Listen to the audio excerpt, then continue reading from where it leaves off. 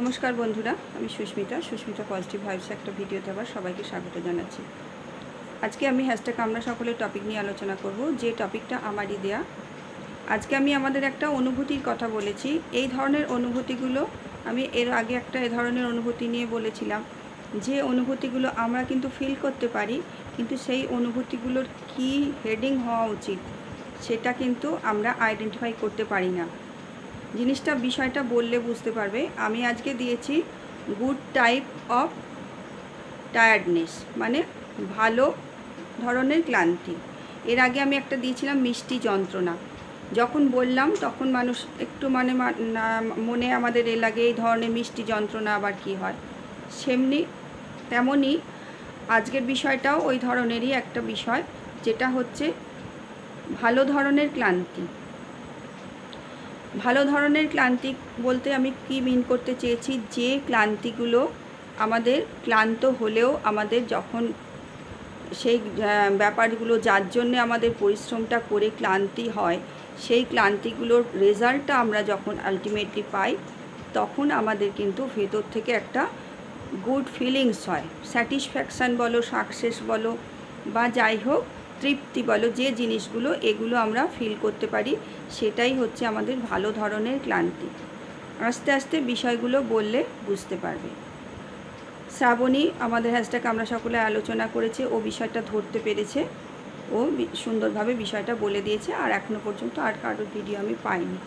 যাই হোক, আমি যে সেন্স থেকে আমি বিষয়টা চিন্তা করেছি, এগুলো আমি বলার চেষ্টা করছি। প্রথমত ও যেটা বলেছে এটাও ঠিক। স্টুডেন্টরা যারা পড়াশুনো করে যখন প্রচুর খাটাখাটুনি করে পরিশ্রম করে যখন রেজাল্টটা পায়, ভালো রেজাল্টটা পায়, সেটা একটা সুন্দর তাদের ফিলিংস হয় ভেতর থেকে। সেই ক্লান্তিটা তখন ধুয়ে মুছে যায়, সেই ক্লান্তিটা তখন কিন্তু ভালো ধরনের ক্লান্তি।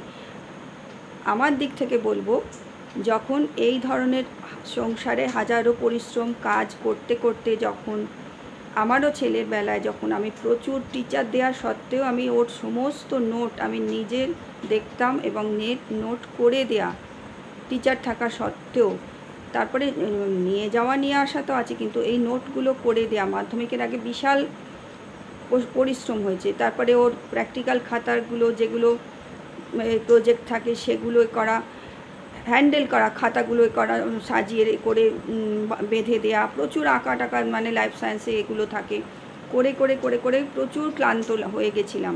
কিন্তু যখন দেখলাম ছেলেটা ডিস্ট্রিক্টে র্যাঙ্ক করলো, মাধ্যমিকে র্যাঙ্ক করলো ডিস্ট্রিক্ট থেকে, তখন কিন্তু সেই ধরনের এটা আমার একটা ভেতর থেকে যে একটা সুন্দর অনুভূতি হলো, যখন কাগজে ছেলেটার ছবিটা বেরোলো, তখন কিন্তু সেই ক্লান্তি কোথায় ধুয়ে মুছে গেল। এই জিনিসগুলো আমাদের কিন্তু প্রত্যেকের জীবনে কিছু না কিছু থাকে। সংসারের ক্ষেত্রে বলছি, যখন হাজব্যান্ডের বিজনেস বলছি, আমার হাজব্যান্ডের হচ্ছে ফাইন্যান্সিয়াল অ্যাডভাইজার ছিল। তার একটা এতে কোম্পানিতে করতো, তার অনেক কোম্পানিতে করতো, একটা হচ্ছে মেন, সেখানে হচ্ছে সেও ডিস্ট্রিক্টে সেকেন্ড পজিশান করতো প্রত্যেকবার, বড় কোম্পানি।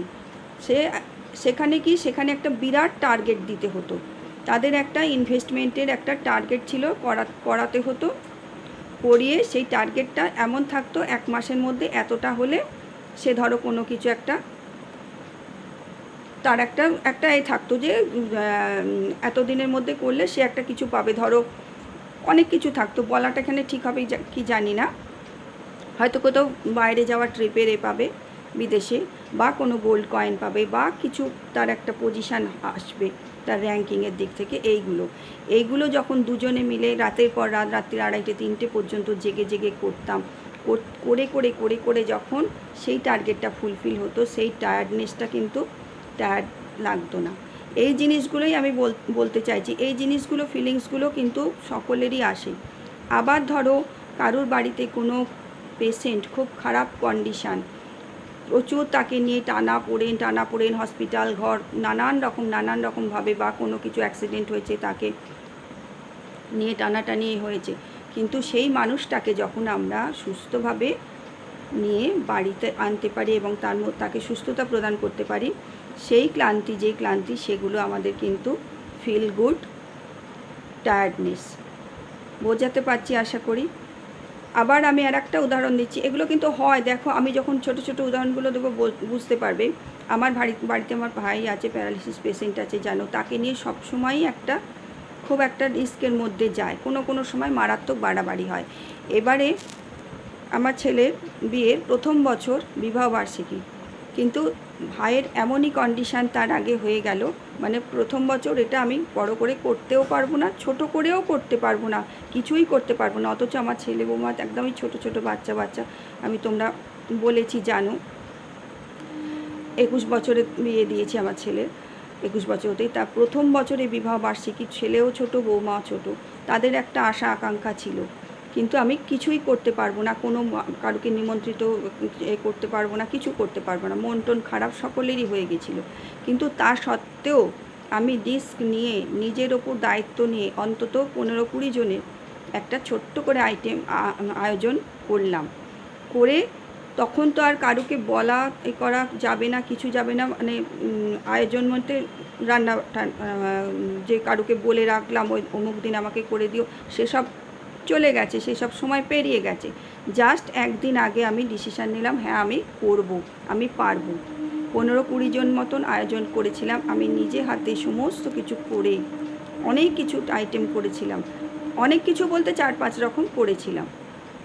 যাই হোক, করে যখন এটা একটা মানুষগুলোকে আয়োজন করে তৃপ্তি করে তাদের যখন খাওয়াতে পারলাম, এবং সেই যে আনন্দ ওই বাচ্চা ছেলে মেয়েগুলোর মধ্যে, আর সমস্ত কিছু হলো যখন, সবই হলো, সুন্দরভাবে হলো, কেক কাটিং থেকে সব কিছু হয়েছে, সেই যে জিনিসগুলো, এই যে টায়ার্ডনেসটা, আমার প্রচুর খাটুনি হয়েছিল ভাইয়ের জন্য, প্রচুর খাটুনি, কিন্তু তার আগের দিন রাত্রি পর্যন্ত 2:30-3টে পর্যন্ত আমার জায়গা, তা সত্ত্বেও আমি শুদ্ধ এই জিনিসটা করব বলে, সাময়িক এর থেকে বেরিয়ে একটু ওদের তৃপ্তি দান করব বলে আমি এইটা কিন্তু করলাম। কিন্তু যখন মানুষগুলো খেয়ে তৃপ্তি পেলো, এবং যখন তাদের একটা যে হলো না, ছোট্টর ওপরে তারা খুব খুশি হলো, প্রত্যেকেই বলেছে যে ছোট্টর ওপরে হলেও আমরা কিন্তু খুব এনজয় করলাম। এই যে জিনিসটা, এই টায়ার্ডনেসটা আমার কিন্তু ফিল গুড টায়ার্ডনেস, ভালো ধরনের ক্লান্তি, এই জিনিসগুলো, এই ফিলিংসগুলো কিন্তু আমরা যদি করি না, আমরা যদি এগুলোকে আইডেন্টিফাই করতে পারি, আমাদের কিন্তু দেখবে প্রত্যেকেরই এই জিনিসগুলো হয়। শ্রাবণী আর একটা বলেছে বেড়াতে যাওয়ার, হাজার কষ্ট হচ্ছে আমরা প্রচুরে। আর একটা জিনিস হয়, এই যে আর একটা বেড়াতে যাওয়ার কথা নিয়ে আমি যে বলি, এই যে লোকে হাজার কষ্ট করে বৈষ্ণব দেবী দর্শন বলো, বা এতে আরও কত তীর্থ আছে, অমরনাথ বলো, এই যে যায়, প্রচুর পথের ক্লান্তি প্রচুর থাকে, কিন্তু তারপরে যখন সেই টার্গেট পয়েন্টে পৌঁছে তার যে শান্তি বা তৃপ্তি বা ফিলিংসটা, এই ধরনের ক্লান্তি বা এগুলো কিন্তু ফিল গুড টায়ার্ডনেস, এইগুলোই বলতে চেয়েছি। এগুলো কিন্তু খুব ছোট বিষয়, কিন্তু আমরা এগুলো ফিল করলেও আমরা আইডেন্টিফাই করতে পারি না। মিষ্টি যন্ত্রণা যেমন দেখবে ভিডিও দেওয়া আছে, এটা নিয়েও আমরা আলোচনা করেছি, এইগুলোই বলতে চাইছি। এগুলো কিন্তু একটু করলে কিন্তু নিজেদেরই দেখবে ভালো লাগবে, আমাদের জীবনে এই জিনিসগুলো আছে, আমাদের জীবনে সবসময় দুঃখময় জীবন কিন্তু নয়, কষ্ট হোক হোক, সেই কষ্টের আনন্দ যখন অন্য কারোর থেকে সাকসেস পাই, অন্য কারোকে তৃপ্তি দান করতে পারি, সাময়িক হলেও হাসি ফোটাতে পারি, বা ওই যে বললাম রুগীটাকে যদি অসুস্থ রুগীটাকে সারিয়ে প্রচুর খাটাখাটুনি করে তাকে যখন ব্যাকে বাড়িয়ে আনতে পারি সুস্থ করে, সেই যে জিনিসগুলো, এইগুলো হাজার মূল্যেও কিন্তু এগুলো কিন্তু আমাদের পুষিয়ে যায় যে হ্যাঁ আমি পেরেছি। এটাই বলতে চাইলাম। ভালো থেকো সকলে, ইউনিভার্সাল ব্লেসিং সকলের জন্য রইল।